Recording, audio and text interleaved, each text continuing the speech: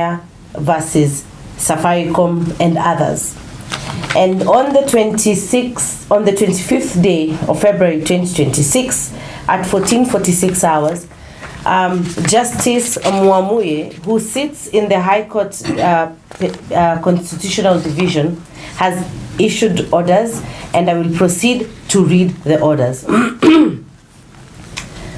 The matter coming up in chambers for directions on the petitioner's application before the Honorable Mr. Justice Bahati Mwamuye, and upon a preliminary consideration of the same, it is hereby ordered and directed that pending the inter-parties hearing and determination of the application dated 23rd February 2026, a conservatory order be and is hereby issued restraining the respondents and the interested parties jointly and severally, and whether directly or through their employees, servants, agents, or related entities, from transferring, sharing, disseminating,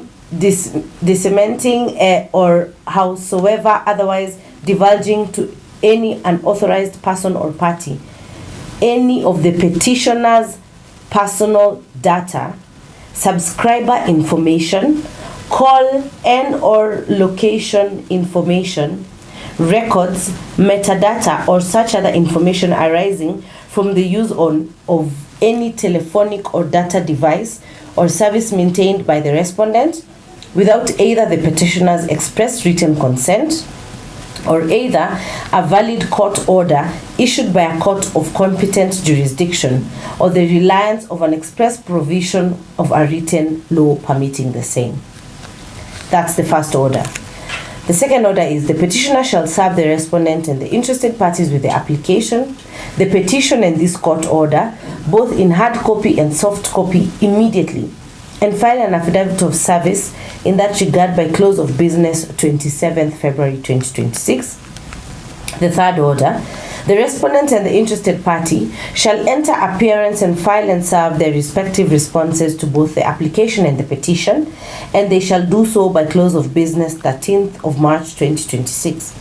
The petitioner shall have leave to file and serve a rejoinder if need be, and shall do so by close of business 27th March 2026. There is a mention on the 30th of March 2026 to confirm compliance and take directions on the expedited hearing and determine of the application and or petition. That is the upshot of the directions we have gotten from the Honorable Court, and we remain very vigilant to update the public on such a matter that touches on great public interest, especially in light of the gross violation of constitutional rights and freedoms. I yield the floor to my senior, Mr. Danstan Omari. Well, Safaricom came out guns blazing that they will not pay, they will not be covered by persuasive natures of sentiments of a magistrate. The Constitutional Court of Kenya, which is the apex court mandated to deal with violations of the Constitution in terms of any Kenyan whose rights have been violated. We rushed to court yesterday. We addressed the world and told them that Safaricom has turned itself into a law. And we told them that the Constitution of Kenya binds each and every person meaning a human person, and any entity, a company or any business organization. The judge has agreed with us that no data, no record, nothing of Mokaya can be disclosed to the DCI, can be disclosed to his girlfriend, can be disclosed to his fiancé, can be disclosed to anybody unless there is a valid court order. Only a valid court order.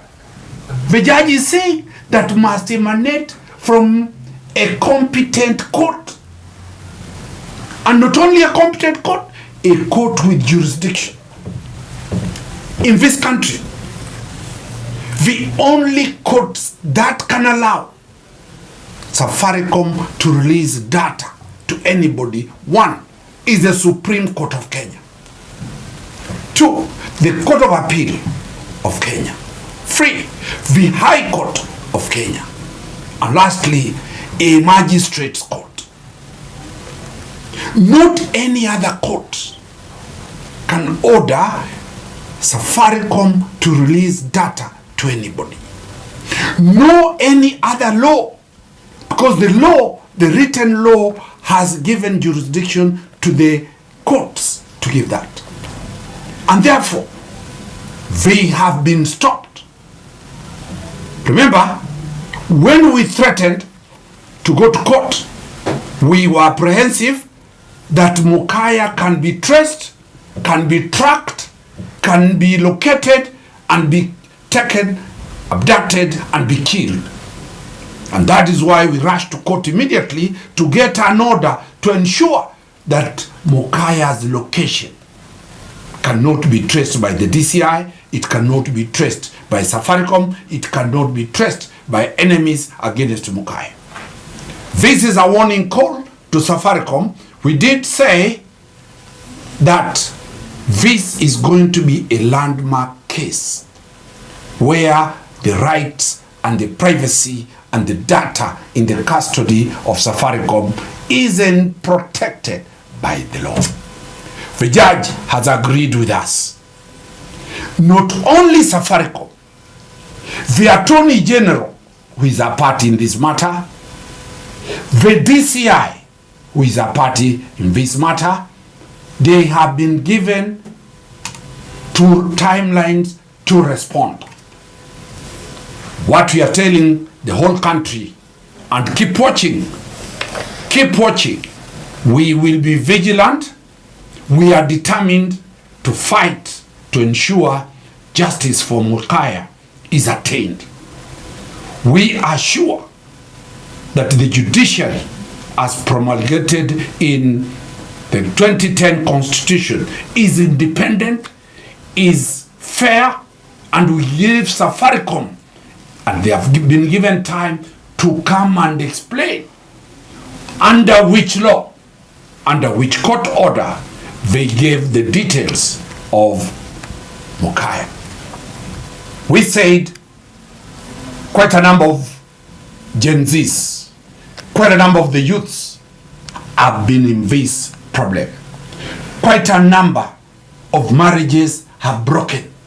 Reason because the wife or the husband or the boyfriend or the girlfriend have gotten data of their fiancés or of their opposite spouses, where they are, which are Airbnb they are hiding. That is not the business of Safaricom to track down and give data of where its customers are.